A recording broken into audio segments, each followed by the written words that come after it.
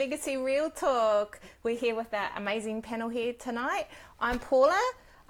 Next to me is our Gay Tawhio, and next to her is Kitty Tamaki, and we want to welcome you again. We know you guys have been keenly awaiting our next topic, which we're going to be discussing tonight. It's a bit of a heavy one, but we're going to share our views and some of our experiences that we've had with this topic called beating violence. We're going to be sharing stats, we're going to be sharing the effects of this, how it's impacted not just only our community, but also nations. It's not just a family thing, it's not just a community thing, but it's actually a worldwide issue.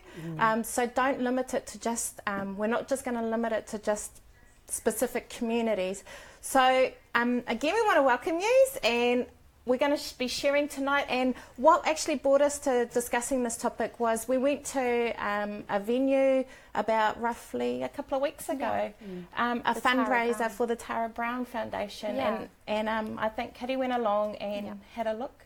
Yeah. Hi everyone. It's good to be here in the panel and talking about another real issue. And as we know, this is Legacy Real Talk. So we discussed violence and domestic violence and family violence, and that's why the topic we've chosen tonight is beating violence. But yeah, we went along to Tara Brown's Touch of Love event, which was like it's a touch tournament, but what they've actually done there is they've brought in all the community to bring more of awareness to domestic violence. And so many of you will know Tara's story, many of you will know what's happened with Tara and what happened in her story through the news. And I think that was quite a riveting, quite a strong story that actually brought a lot of awareness to people of how intense and how much domestic violence is affecting our communities. So that inspired us, and we got talking as a panel, didn't we, about let's discuss this issue. Let's talk about domestic violence and how it's affecting our communities. Yeah, that's right. Tonight I'm going to share some of my own story. I've got to admit though, it's quite a difficult subject to discuss. It's not one that you would sit around having a cup of coffee with every day and sharing. But I want to share it with you tonight because I want you to recognise that there's a lot of women that have gone through much, and in particular with violence, and at times it's really started from when they were children in the home, and then gone on as they've grown up. And in my case, yes, I did come from a family background where my dad was quite an abusive sort of a man, really. In one way he loved his children and he was good, but in another way he was terrible to my mum, which was really bad. And I think one of the things that sort of struck me when I look back and think about it is that what he did was, by not being a good dad and not showing the love and the care that he should have, is that he robbed my elder brother of his childhood. So why do I say that? And it's simply because of this, is because my brother then was forced to take on a role that he should never have had to take on, which is more like a dad role, you know, rather than just being a kid and being able to just grow up and do the kid things. He was forced more to become more like an adult.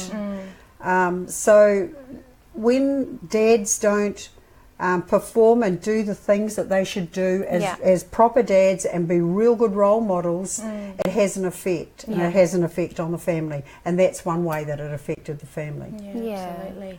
Awesome. I suppose from my experience, I've never been in a violent relationship myself, but I was a child that grew up around a community where domestic violence was actually quite in your face. It was out there. It was actually the norm.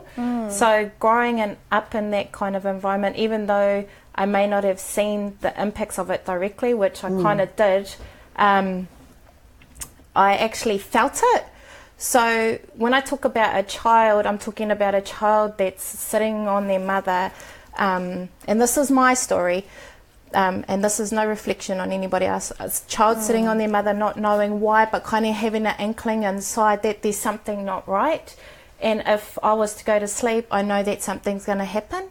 And then I wake up the next day, and that's something that I had in my gut. Was it actually happened? And it was, you know, seeing your loved ones hurt, seeing them bruised and battered, and it's not something that a child would want to see, but it actually started to become quite normal in our community and where I was raised in the early parts of my life. So it's no reflection on anybody else, but those things impacted on my decision making, on how I saw things, how I viewed things as a child. And I suppose what I want to do here is advocate for the children that if you are in, like, if any of our viewers are in a violent relationship, don't think that your children don't know, because they do. Yes. They do know. Just because you hide it behind closed doors, or they can hear the thumping, they can feel your presence, they can feel when you're tense, they can feel when there's something not quite right. And like I said, even though I never directly saw it, I actually... I felt it, and I knew that the next day everything that I was feeling that was a yucky feeling inside of me was confirmed through the bruises that I saw, through the blood that was on the floor. So that was my view. That's just a little bit of a snippet anyway. Yeah. Well, I guess like I've just got a few stats here that I'm just going to share with you. As we all know, it's very prevalent in the communities, and like we've just been hearing, is behind the closed doors. In families and in homes, and even children who discern and know, because as we all know, there's an atmosphere to a home. You know, you can visit a home and you can walk in and feel like, I just feel at home, I feel relaxed, and then you can walk in and there's just an atmosphere that's heavy, that's thick, that you almost feel like you've got to be careful what you do and what you say, and that children discern that. Children know that. You know, they sniff out anything that's not going right. So you're right, you know, for our children and families, there's an atmosphere to a home, so you can't necessarily hide things behind closed doors. It affects every aspect of your life, whatever atmosphere you're in, whether it's positive or negative. But just a couple of stats that I'm just going to share with you, and I'm just referring here, is that 1 in 3 women have experienced physical and or sexual violence perpetrated by someone known to them. And another one here is over 12 months on average, 1 woman is killed every week by a current or former partner. Here in Australia, Indigenous women and girls are 35 times more likely than wider female population to be hospitalised due to family violence. That's only just a couple of stats, but as you can already, as you already look at the stats, it's just such a big problem and such a big issue that may not be necessarily seen in the public, but it's happening in the homes. That's right. Absolutely. I mean, my own story is that when I was growing up, and when I was around 14, 15 years of age, about 14 actually, my very first boyfriend was a guy that I thought, wow, I've got this guy, he's my boyfriend, he's so wonderful. Well, that wonderful boyfriend had his own issues that I didn't see at the time, because you're far too young, and so you don't recognise them. And I suffered a lot of violence, and I used to say to people, oh yes, in my first marriage, I was married to Jake Heke. And they would automatically think, oh, Jake Heke, oh, he must have been Māori. No, I used to say he was a white Jake Heke. So it's not only Māoris that, can be really violent, but white as well. And so I look back and I think to myself, well, what triggered this all off? And I'd have to say probably alcohol was a huge catalyst. And the other one was jealousy, a lot of jealousy. And when a person isn't secure in their own right, those things like alcohol and that, they fuel jealousy, and then it just becomes an excuse for bad behaviour, really. Probably if I'd been smart, I would have taken up a few karate classes or something like that, kung fu, because that was around at that time, but I wasn't smart enough for that. But that would have been a goodie if I had it. Absolutely. I could have defended myself a bit. But I want to say also to those of you that could be going through the same issues yourself as this, is that I stayed for a very long time thinking that my children needed to have their father. What I didn't realise is that once I'd made the cut and once I'd actually left, which took 9 years, they said, Mum, it was the best thing you could have done. So you know what, if you're hanging in there because you think that your children want to stay there, maybe they don't. Maybe they don't want to. That's good. Maybe it's time that they had a house of peace where if two people can't get along, then they need to separate. Absolutely. That's really good. So like you're saying, that was one of the reasons why you felt to stay in that relationship. Yeah. Were there other things that kind of held you in there? Oh, it's yeah. easy for yes. somebody like myself who Yeah. hasn't experienced a relationship like that to look from the outside and go, oh, nah, get out of there, and don't let him do that to you, and why do you keep going back? What, you know, from your experience, what is the challenge in that? Yeah, I'd have to say that is possibly one of the most irritating things that can be said to you. Oh, and I suppose, you know, he stayed or she stayed, because it's not only women that suffer violence, you know, it's men can as well. But why do you stay? Why do you hang in there? Why do you stay? Well, one of the reasons is that when you get married or you get into a relationship and you've got children, you want it to succeed. Nobody goes into a relationship and thinks, oh, okay, I'm going into this relationship and I'm heading to the divorce courts or separation or whatever. The second thing is they're often very, very clever at convincing you that this is the last time. Yeah. I'm going to be different. Things are going to change. I'm going to be the very person that you want me to be. And you know what? At the time, I'm pretty sure that they mean that. That they think that they can just change like that. Yeah. But of course, then it doesn't happen, and you know, they don't go and get help.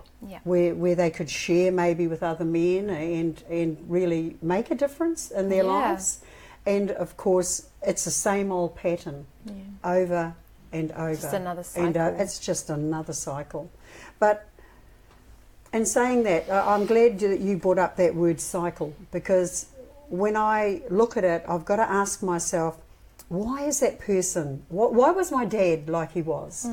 And I know that he had a terrible upbringing, that he suffered a lot of abuse and a lot of violence himself.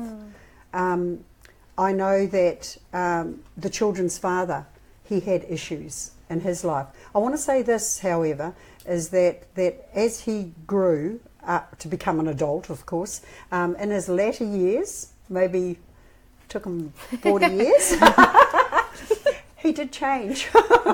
He did change. So, you know, there is hope for people that, if they definitely want to change, to make that happen. Good. Yeah. So do you think, because of how your father was, that, you know, there are statements that go out there that girls go out searching for a husband or a partner that is similar to their father growing up, whatever that father figure may look like. Would you confirm that could have possibly been your pattern of thought? No, you know what? I think it was more that I was flattered. So, you know, this is the guy that was in all the top sports teams, ran the fastest, swam the fastest, and then there's little old me from down River Road, you know. So when you're young, like I say, you think you know it. You think that everything is going to be fine and everything is going to work out. What you don't recognise is that the warning signs are there, but you're too immature to recognise it. True. So maybe, you know, if I look at it, there probably are similarities, to be quite honest. Yeah. You know, because my dad was a bit of the same type of person. Yeah. You know. That's good. I think when you look at these relationships too, like, you're not necessarily seeing everything about that person, but that's where it's good for, as you start to identify, like you said, you start to see the warning signs. That's where it's really important to know that it's okay to ask for help. Yes, It's okay to that's right. encourage them as well, like That's not right. to be like, oh no, what's wrong with him, and just leave Yeah. it there. Like he needs help. Men in Yeah. these situations need help as well, Yeah. because there's obviously things within them Yeah. that keep rising up and that cause them That's to right. get to this position of rage, to get to this position of anger, Yeah. that they need help in Yeah. overcoming that.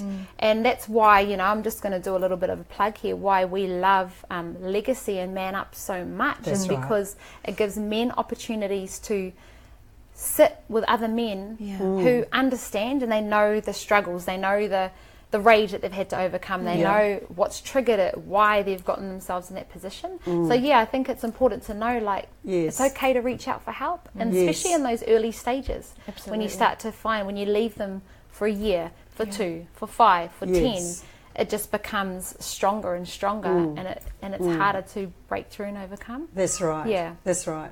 And, what we shouldn't do is we shouldn't actually look and criticise women that are in that situation that are struggling to get out. Yeah. We should, be more sympathetic Yes. towards what's really going down with them, and why are they staying in Yeah. there. I mean, there's reasons other than for themselves that they do that, in the hopes that things will change. Yeah. And like you say now that we've got Man Up, and I mean that's proving to be absolutely totally amazing and Yes, bringing so some amazing. really, really good results. I mean, yeah. Well, for a man to open up and actually share the pain or the hurt or whatever he's going Yes. through, that's what men need. Yes. And they feel ashamed sometimes to talk about their Yes. problems. They feel embarrassed, or they feel like Yeah. they're not a man. Yeah. But that's actually the opposite. That's right. You're a man to be able to talk about the real things, to hit the real issues, That's and to right. deal with them and confront them. Yeah. Yeah. So it's good. Yeah. I suppose some of the things I think of for women, how do you know that you need help? For men, how do they know that they need help? I suppose will be the question, because a lot of the time we're like, we're fine, I'm Yeah. all good. Yes. I don't need True. Yeah, this. that's right. This is how my dad did it.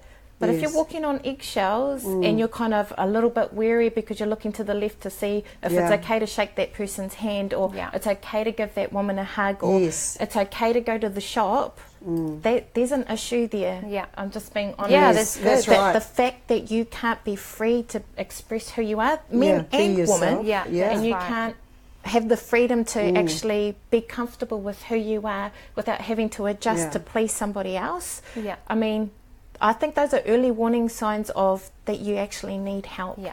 If I Yeah. could be honest, and Yeah. and even though you have that hope, like what the ladies were saying regarding recognizing the early warning signs. If you have to have things done in a certain way, or you have to shut the children up at a certain time so he can have a sleep, or she Yeah. can have a sleep, she can have a sleep too, and if you're having to do those sorts of things, you guys might really want to consider seeking some support or Yeah, some that's help. Oh, exactly. You might be stressed, Yeah. you might be overwhelmed, Yeah. but it's better that you kind of recognise the signs early, and then we've got Yeah. some tools, and maybe you might be able to Exactly. share a bit more about how you came to the decision that you came to possibly get yourself out of that. Yeah. Well, I guess what really happened is that I started really to think about the children, and I started to think about how it was affecting them, and I could see that there was not going to be any change. And one day I just decided that, well, I'm going to coin this phrase, enough is enough, and I bet you've heard that phrase before. Enough is enough. And that was it for me. Yeah. And once I'd made my mind up and, decided that was it, that was it. But you know what, ladies? Oh, and men, it's when you make a decision like that, it's not like, oh, okay, you just shut the door and the door's shut. Oh, no. No, you can be pursued, you can be harassed, you can be absolutely. threatened. It's just not that easy. So Yeah. I find it really irritating, actually, Yeah. to be quite honest, when I hear people say, oh, and they stayed, oh, and why didn't they leave straight away, or whatever, yeah. you know? Or they should just get out. Yeah, exactly, Yeah. exactly. It's kind of like saying to a fat person, oh, you're not skinny, why don't you just stop eating? Well, the truth. It's like that's the truth. That's how it should be. But the reality is that's not what it is. But I just was thinking there a minute ago also is that abuse isn't always physical. That's right. Abuse can be mental as well. Yeah. And even though a man may not physically attack a woman, if he's continually putting her down and making her feel bad about herself, at the end of the day, that is a major form of abuse as well. Oh, absolutely. Yeah. I agree. Like I heard of this this case where they had like a kind of like a mediation thing. I think it might have been on the news, but anyway, this couple had gone in to discuss the arrangements around the children, and he had that much power over her. All he did was move his hand across the table, tap twice, and then after that they tapped twice, and then they had to cut the mediation because the woman shut down because of the amount of control that he had over her. But nobody picked that up.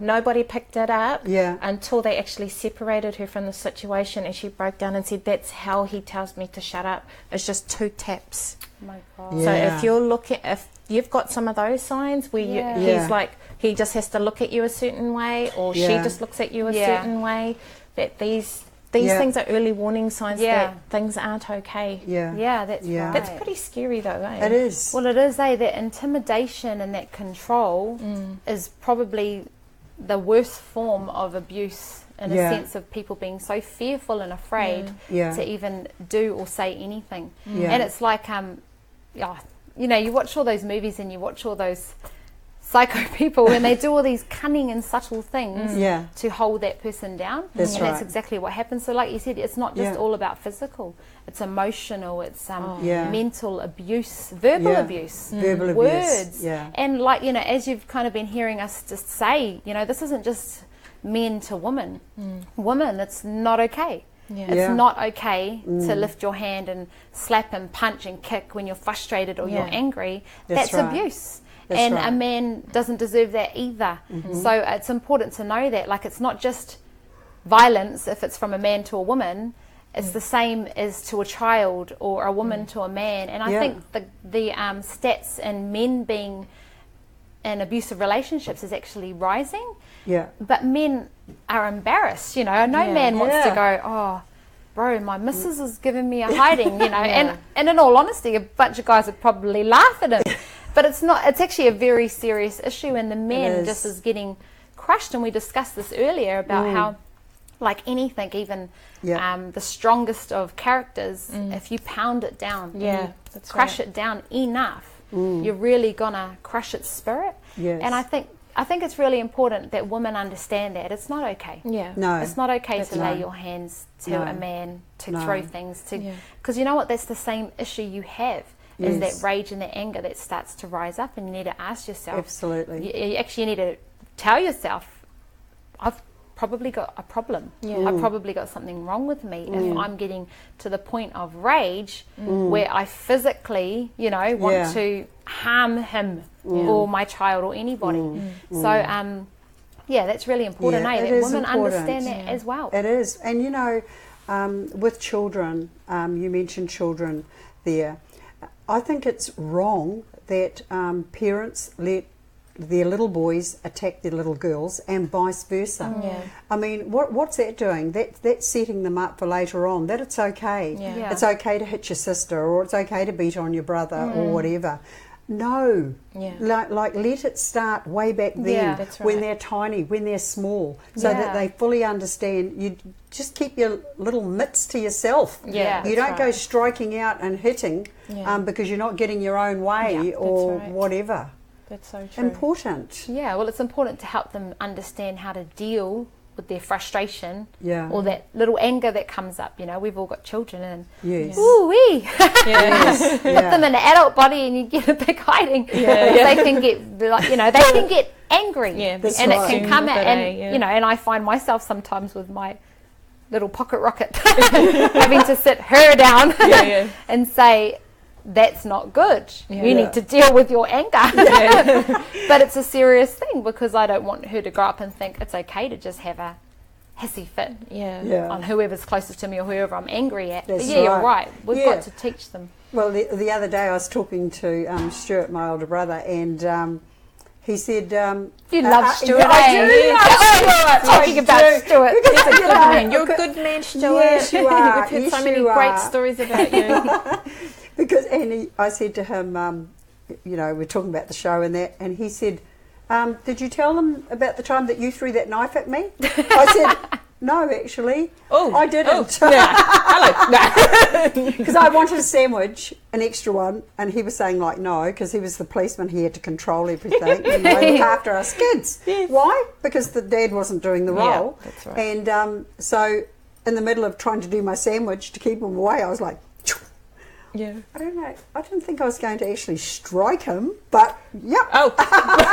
Hey, but you didn't throw it to Yeah, why'd you throw it? Yeah, why'd you throw it? Exactly. Yeah. Oh my gosh. I know. Like, I suppose, because we're on the topic of children, Yeah. sometimes even though you're not modelling to them like acceptable behaviour, I suppose, when you're beating up on each other and stuff like that, children can actually pick it up by default too, because of some of the behaviours and the subtle movements throughout the house, the control and all of that sort of stuff. Mm-hmm. Like, I think back on my situation, like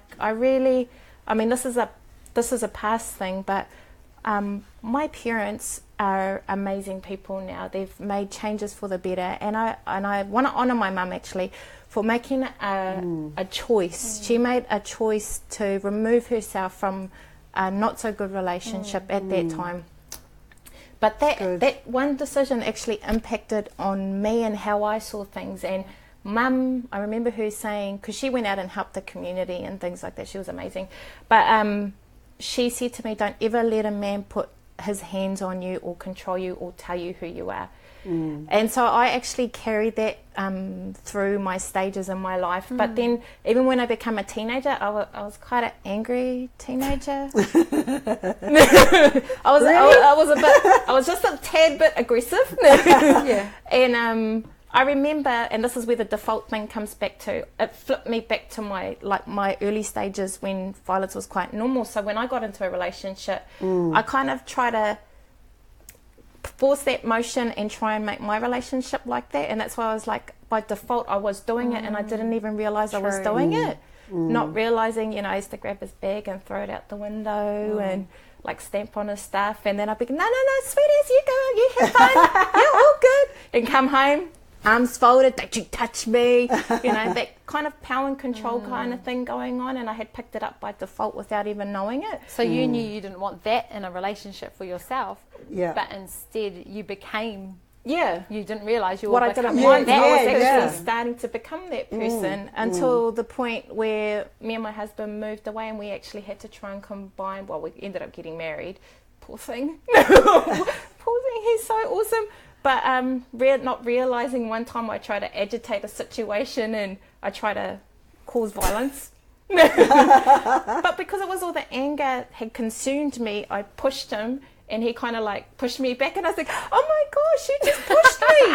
I want to ring the police. And it's like, but you pushed me first. And I'm like, true. Well, I'm packing up all my gears and thinking, oh my gosh, this is the life I tried not to have. Yes, that's right. I tried not to have that life, but I was actually creating it by default. I'm just glad I've got a really amazing husband. And, Little Miss Kung Fu, yeah. And the thing is, I had done karate. So yes. So you got a few kicks in the head. No, that was the only time, one push, and that was it. It was over after that because I had to make a choice. Yeah. So it all comes down to choices. Well, I think it does affect us. I mean, your upbringing and then what happens to you in your later years. Because for sure, I'm definitely I take no crap. Definitely. I admit that. I admit that, but you know what? If somebody's got a real situation, like I do feel sympathy and empathy and whatever else, but I'm kind of like, is that a problem or is that just a drama, Like one woman getting herself all upset because she'd had her hair done, and when her husband came home, he didn't notice. Well, if you like it, I was tempted to go, And that's your problem? That's your issue? And can you come back when you've got a real one and we'll discuss that? Oh my God. Yeah, no, definitely it shapes you. Yeah. Definitely it shapes you. Well, for me, like, you know, my personal experience, I've never been exposed to violence in the home. But in saying that, me sitting here and who I am and me never experiencing it, or my children never experiencing it, is because I had a father who broke through for me. Yeah, lovely. And my dad himself, like, and he's more than happy for me to share this because he knows, well, I know and he knows that he's not that man today, but he and was very much that man. He was the man who would beat my mum. Like, when you watch Once Warriors, I think I was only quite young watching that, and my mum said that was me, and I was like, what do you mean that was you? What? Who? Huh? And, you know, and my mum and dad shared their story with us when we were quite young. They wanted us to know what they had to come through. But to me, it was like listening to a movie of somebody else's life, because that's not what I experienced. But when I think about violence in the home, and I think about my father's story and my mother's story, where my dad, you know, and he was a drinker, and that was, you know, and I'm not saying it's for everybody, but for my father, that was the trigger. That was the fuel to his rage from within inside of him that would just come out whenever he drank. And I'm just grateful for a man who, and, you know, just an encouragement to men and women out there, like, identify what the root problem is and be bold enough to confront it. And see, that's what I'm proud of my father, is he was bold enough back then to confront it, and he knew that for him alcohol was the substance that caused him to rise up with this rage. And he'd beat my mum, he'd beat her, and he'd wake up the next morning, fix the house, fix whatever he's broken, apologise, say sorry, be very regretful, because he really loved my mother. But if he drank again, it would be another cycle, it would be another round, and my mum would almost know, like, oh, here we go again. Yeah, more broken probably things. going to get another hiding, probably going to end up with more broken doors. But that was what their life was. So I'm a product of somebody who, of a father who broke through. That could have easily came through my generation. I could have easily grown up with and been exposed to that, and I could easily be a woman in that situation if that's all I had known.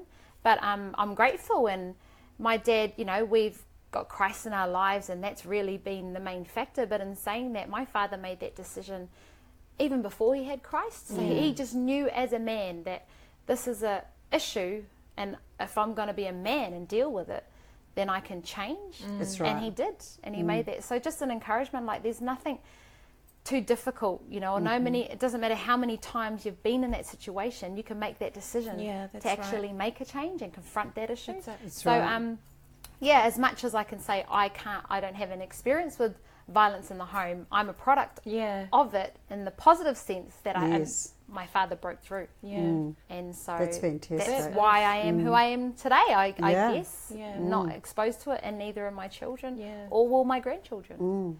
That's amazing. That's so good, you've seen, we've kind of explained 3 different scenarios of a victim of domestic violence, a child, and a parent that's actually broken through. And that's right. And now that's so cool, because it's like, there's my future. But that's it. That's the hope. That's the hope that we have. And the strength that we have, and as much as we talk about Man Up and Legacy, you know what, these groups are available to us to help strengthen, to help us open up, men and women, to be able to talk about the real issues. And you know what, you'll be surprised, women, don't be afraid to talk about the anger you have. You'll be surprised how many women we've sat down with and said, I've got to deal with my anger. I just get angry. So many. And you know what, it's good. The first thing that you do is identifying it. Don't be afraid to confront and identify it. And you probably hear us say that about every issue. But, you know, rage comes, and it can stem from various things such as jealousies, insecurities, and it can even, and you know, I think drugs and alcohol, like for my father, it's a stimulant that enhances all of those things that are in there. So if in the character there's that rage or that anger or that insecurity or jealousy, fuel it with the alcohol, fuel it with the drugs, and you just watch it blow up. So I think, you know, got to identify these issues, look at them, be real with them, and confront them, because then then you can actually deal to it and be able to move on with that hope. That's really, really good. And I suppose if some of these topics have hit home and you can recognise some of these topics or some of these issues, and you say, hey, that's actually me, that's what I'm going through. You know, there is a lot of support out there, like our Man Up and Legacy programs in New Zealand and Australia. We're coming across Australia, but also if you're living in Australia and any of these issues have arisen in you and you need to get out, ring 000, ring the police, or 111 in New Zealand. You can also get in contact with DV Connect here in Australia. I do believe that's a nationwide service. Get in contact with some domestic violence services. I know courthouses across the world would be able to direct you as well. So please, if you need support in those areas, you can PM us, and we can try and direct you to the best possible support service for you as well. That's right. Thank you, ladies. It's been good tonight, and you know, you've just heard our parts of our story and how it's related to us and how it's impacted our lives. So that's been awesome, and we really do hope and pray that there were things and tools that we've discussed that you've been able to walk away with and actually to help you identify areas in your own personal life, but also to know that there's hope and there's people that you can reach out to, and it is, and I know it sounds cliche because I think that's the actual name of one of the organisations, but it is okay to ask for help. It is okay, and don't be too prideful, because you'd be surprised at how many people are going through what you're going through. You'd be surprised at how many people have been through it, so they're actually able to help you overcome. Man Up and Legacy, I can't emphasise enough, is in your communities, and if it's not there, we'd love to be able to support you. Get along to one near you. Contact us if you need to know more information of where they are in your area, in New Zealand and Australia, and coming to the world. So it's definitely there's hope in all situations. Absolutely. Don't ever feel like you're in too much of a helpless and hopeless situation. That's right. That's right. I mean, like all of us, and many, many more, like, we're survivors, and you will survive as well. That's and right. in fact, you won't just survive; you will thrive. And that is what we're talking about. It's about thriving. Victors, not victims. We are victorious. We are conquerors. We are greater than our situation. We can shape it. You have the power to change what your situation looks like, good or bad. The power's in your hand. We're going to be talking. So our next, now you know what, with our topics, and I know we've said this to you a few times before, we want to hear what you want to be discussing. But as you know, we're always about the real talk. Always about the real topics. And if you leave it to us, well, you just have to put up with whatever we're going to talk about. I'm actually really excited about this next one. It's going to be cool. We've been discussing some topics together. We haven't got a title for it. We'll give them a surprise. No, we're going to give them a surprise. We won't tell them. You want to put it out there? I reckon it's quite controversial. And I know we talked about it, but it's like we talked about it at Zaraffas. You would have seen our photos. And I wanted to title it Gay or God, because it's one of the most hottest topics in the press at the moment in Australia, because they're currently putting in the vote for gay marriages. And we wanted to share our views, not so much on the gay marriages, but about gay or God. Well, and is there? So they're not asking you to make a decision about me or God. But you won't know if you don't tune in. So in a fortnight's time, Wednesday night, 7 o'clock. Bye. That's right. So we got 2 weeks' time. Remember, we're fortnightly. Keep tuned on our Legacy Real Talk page. We're on Instagram. Yes, so follow us on Instagram. Keep all those feedback rolling in, and next topic is going to be a very good one. A very good one. Cool, guys. Bye. See you next time.